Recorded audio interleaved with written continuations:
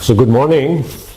We are here on the 18th of March 2020 at the Noida offices of the IPP Group, from which we publish Indian Printer and Publisher since 1979, Packaging South Asia since 2013, and since last year, Indie Food Bev and Healthcare, Diagnostics, Technology and Packaging. I'm with Harish Pendamurthy, Associate Editor of the group, and we plan to make this a weekly program where we bring our readers and followers and viewers up to date on what's happening in the printing and packaging industry around the world as well as in India. Yes, sir. Okay, so what's the first topic? First topic would be coronavirus, definitely. Since Drupa, Interpack and Midpack have now been postponed to 2021, so it looks like coronavirus is having an impact on the industry.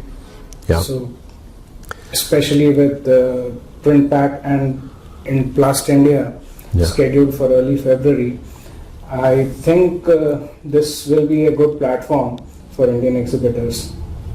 Okay, good. Just to bring back the issue of coronavirus, when we last reviewed it formally, when we wrote an article on 2nd of March, and we said that look out for what's going to happen on the 12th of March, 10 days from 2nd. And in that, we said, at the time when we wrote the article on 2nd of March, I think the coronavirus had affected, cases as you say, had affected about 80,000 people. And we were saying that if by the 12th of March it reaches 100,000, and if the deaths go from 3,000 to 5,000, and the active cases go above 40,000, it was around 41,000 at that time. If they go up, if they instead of decreasing below 40, they go up more, then we will be in trouble on the 12th of March. Now we are here on 18th of March, and it seems according to all our indicators, and not as experts, but as ordinary printers, our examination would mean that actually we are in trouble. Globally, we are in trouble on the coronaviruses because we are now heading towards 200,000 cases. We are heading towards 8,000 deaths. And we are, I think, in the range of something like 70 or 80,000 active cases. So all the parameters are indicating that this coronavirus is spreading and it is not subsiding yet. The only place where it has subsided is China so far, and South Korea to some extent. Italy seems to be in deep trouble. United States seems to be in deep trouble. Germany seems to be in deep trouble. Spain seems to be in deep trouble. And the UK also seems to be in what I would say with license is in deep trouble. India somehow seems not to be in deep trouble yet. We've only had 3 or 4 recorded deaths. Our number of cases that we have found so far are somewhere like 125, and the active cases are still about 85. I think 14 people have recovered fully, 3 people have died, so there are about 80-85 cases which are still active. Now this is based on a remarkably small number of tests. As of yesterday, I believe only 500 people have been tested for the coronavirus in India, for COVID-19.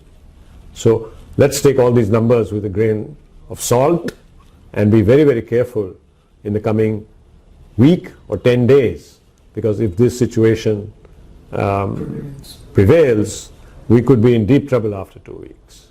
I mean, we are actually hoping that the downside, the lower side of the numbers prevails, but if there could be an explosive growth, an explosive amount of discovery of new cases, and subsequently of active cases, etc. So we're in a good spot now in India, relatively, but we could be in a very bad spot 10 days from now, and it is up to us to stay on the good side, to behave ourselves, to prevent social contact, etc., and to work from home, as we are doing in the IPP group now. We have discussed this morning a program of how we can work from home in the main, and to try and decrease the danger to our employees and our families. How useful is a paper bag really? I am Bonnie. This is a common paper bag. It can carry 14 kilos. That's quite impressive. But how many groceries do you think an enormous paper bag could carry? And do you think it could carry people? Find out today when we put it to the test.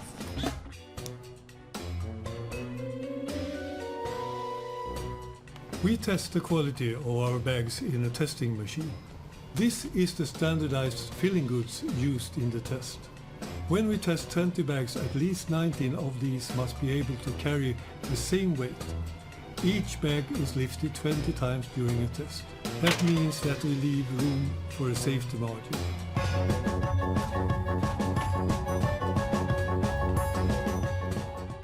This bag met the challenge, just as expected. Is it possible to actually carry people in carrier bags? Let's put it to the test. According to general standards, a paper bag in this size should hold a minimum of 14 kilos. But how much can a paper bag of the highest quality really carry? I'm going to look for some people at this office to put in my bag. Sorry.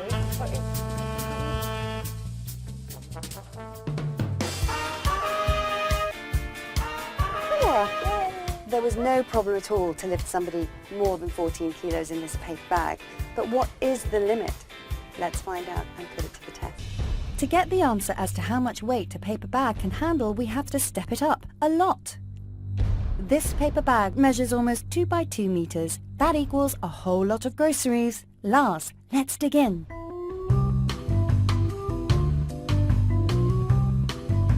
Now this is the moment we've all been waiting for. We filled this bag with a lot of extra groceries, but our expert seems to think it's all right.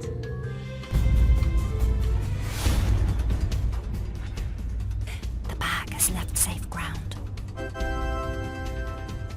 After 30 minutes, we decide to make it even more exciting and raise the stakes by placing my dear beloved laptop underneath. There's a lot at stake right now, but the paper bag remains intact. No need to prolong my anxiety any longer. My laptop survived under a giant paper bag that carried home more shopping than anyone could ever do.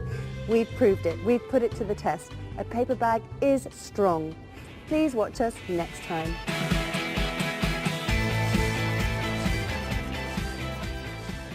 We're back. Thank you to our sponsors. Harish and I will now just briefly discuss what the situation in the Indian printing and packaging industry seems to be. And we know that there has been an economic slowdown over the past year or 2 years, and we also know there are other issues, banking issues, that are affecting the industry. And just give you a little bit of feedback from the printers we have been meeting, the digital printers and the commercial printers and the packaging printers. Harish, what is your input on this? There is particularly one printer that I spoke with while I was writing a story in the last issue for Packaging South Asia. And the printer is Wonderpack. He's a label printer based in Sonipat, Haryana. The printer complained that there are a lot of payment issues from his clients, saying that either some of them are either not paying on time or are purposely delaying the payments. But since he has taken the new digital press from Monotech, he took it in order to get some advance payments that could maintain his cash flow in the company. So that was one interesting aspect that I've come across. Okay, that's very interesting. Yeah. That because of the poor cash flow in the industry, someone is invested in the digital press for which he can collect money in advance from his customers in order to ease his cash flow, his cash problems. Yes. Okay, very, very interesting. Yes. Okay, that's an interesting insight into why somebody has bought a digital press. Yeah. Has he been successful in this effort? Yes, he has. Yes, he has. He says that since the last 2 months at least, he has been able to maintain constant cash flow thanks to the advance payments that are coming from cosmetic companies that he's catering to with the new digital press. Okay, very interesting. I talked to, by the way, one of the distributors of one of the foreign offset press manufacturers. Okay. And he said, look, we have to service our customers. we cannot stop the machines from running. So we send our engineers, we give our spare parts, we do the servicing. But our outstandings have never been so high. Okay. It means our outstandings as far as receivables have never been of this order. That means normally we maintained a receivable of, let's say, 15, 20, 30 lakhs. And now the receivables have gone over 1 crore. Okay. In fact, I talked to one of our competitors, Okay. one of our trade magazine publisher friends. Okay. And I was shocked to hear that he had so much receivables outstanding in the market. Oh. I almost envied him because I said, I wish I had so much money outstanding in the market. You know, our billing is not that high apparently. Yeah. Okay. Okay. But we also have those issues. Yes. So the industry is actually saying that there is work in the market. Book printers are telling us that there is work in the market. We're running the presses.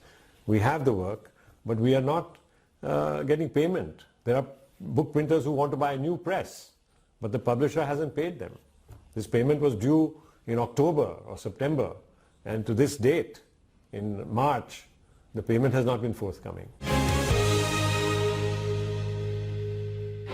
The Concord Free Press is based in Concord, Massachusetts, which is land that's deeply historic in revolution.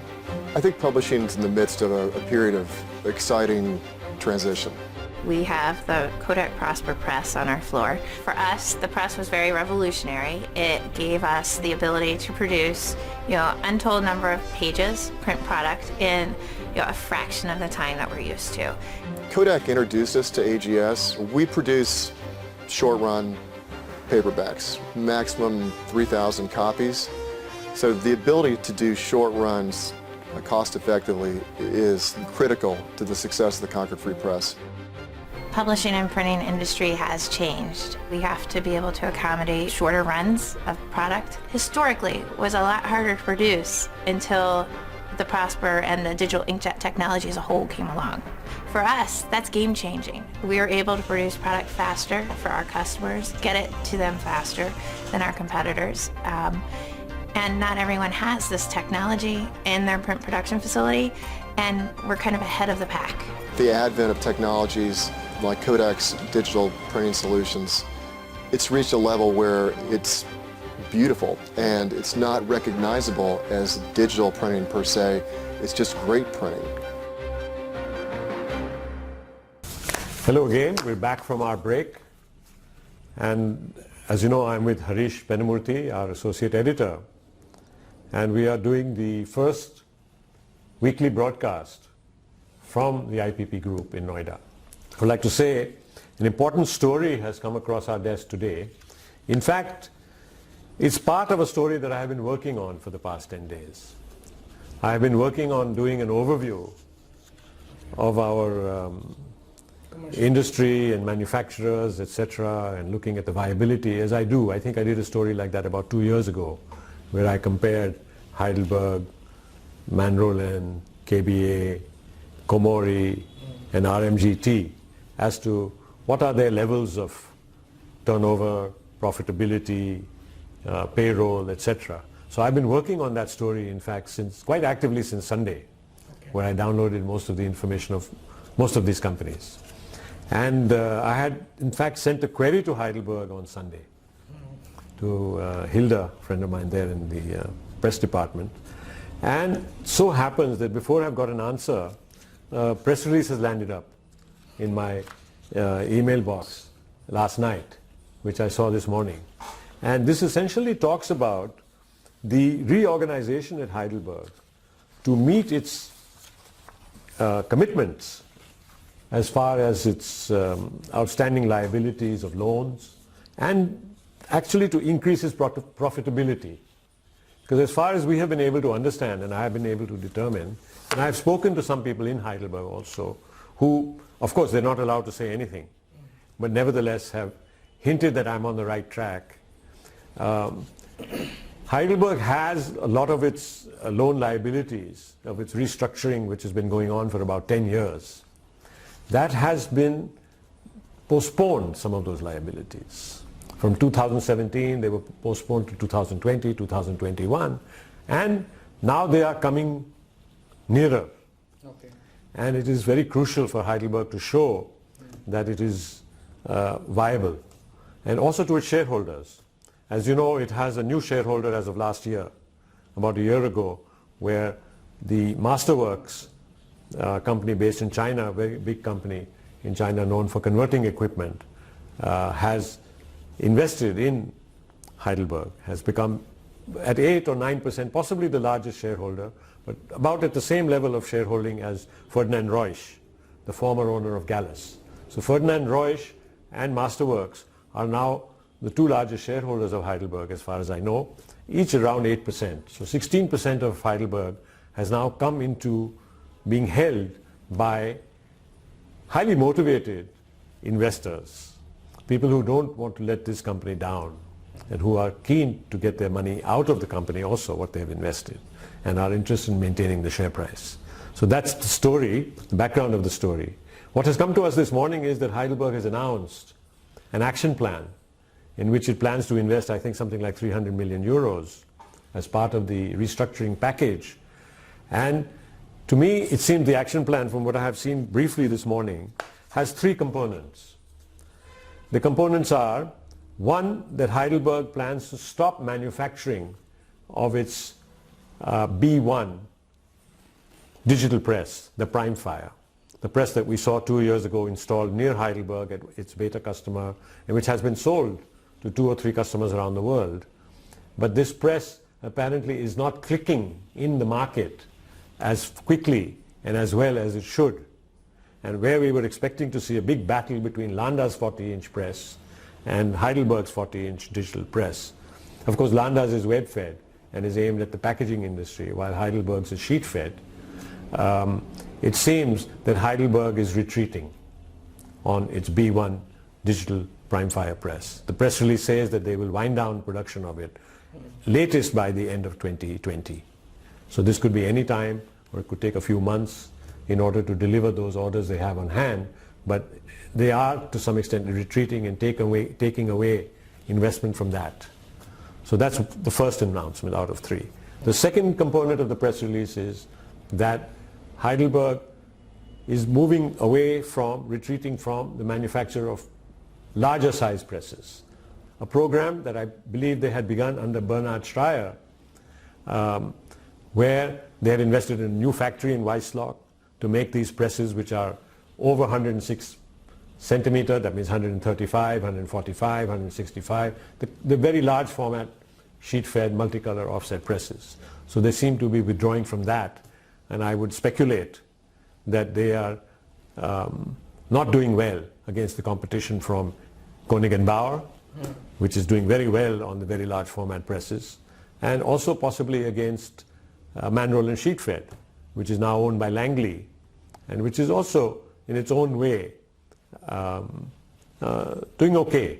The figures that I looked at last week, or at the beginning of this week, reflect that yes, the figures for all the manufacturers are down for 2019 or for 2019-20, but Langley seems to be still viable and still has cash in its hoard. It's not in debt as such. And similarly, some of the other companies like KBA and Komori. Heidelberg seemed to be the company that was in deepest trouble financially. And of course, it's the biggest of them. It is the one with a turnover of 1.6 billion or 1.7 billion expected by end of March, while the others are in the range of 900 million euros or 1 billion euros or 850 million euros. The third point in the press release this morning is that Heidelberg plans to make redundant globally approximately 2,000 employees. So I would speculate, again, you'll forgive me for making a statement that may or may not be 100% true, but I think it's based on my previous knowledge of these companies. It normally costs about 100 million euros to make 1,000 employees redundant in Europe. Okay. So I would say out of the 300 million euros that Heidelberg is spending to restructure its loans and to pay back early, etc., 200 million euros of that. The third point that is mentioned in this press release of this morning or last night apparently it was sent at midnight last night, is that the action package that they have launched, which has a non-recurring expense of approximately 300 million euros in the 1920 year, which will end on 31st March of 2020, is the global reduction in force, in human resource, by up to 2,000 jobs. So my view on that, in case our readers are interested and you're interested, it is based on my experience and my talking with the people involved and a little bit of my knowledge of the industry over the years, is that out of the 300 million euros, about 200 million euros will probably go to redundancies of 2,000 people.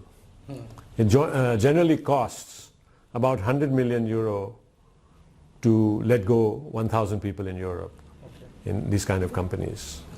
And because there are a lot of costs, there are a lot of costs as far as benefits, healthcare and other things, which is actually a very serious issue for most European companies. That even if they seem viable, the other expenses for employees who retire, etc., are very, very high. So I think 200 million out of the 300 million euro will probably go to this, if not more. And the other 100 million euro plus other funds that they have will probably go towards retiring debt and improving the situation as far as 2021. Still, what is not clear to me, and this is a question which I asked Heidelberg press people on Sunday night, Monday, by email, is what is the current status of employees in Heidelberg? What was the figure as of 30th September 2019 or as of 31st December 2019? Does Heidelberg at any of those benchmarks, at those points, milestones, does Heidelberg have 12,000 employees today? Does it have 12,500 employees today? Does it have 11,000 employees? So what will be in fact the net result of 2,000 jobs more being declared redundant?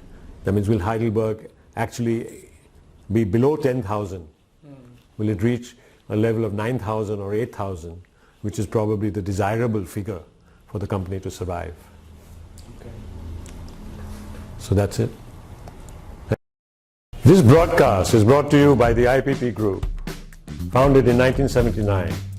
The group publishes 4 magazines, Indian Printer and Publisher since 1979, Packaging South Asia since 2013, Indie Food Bev since 2019, and the Packaging South Asia Healthcare Diagnostics Technology and Packaging Supplement, also begun in 2019.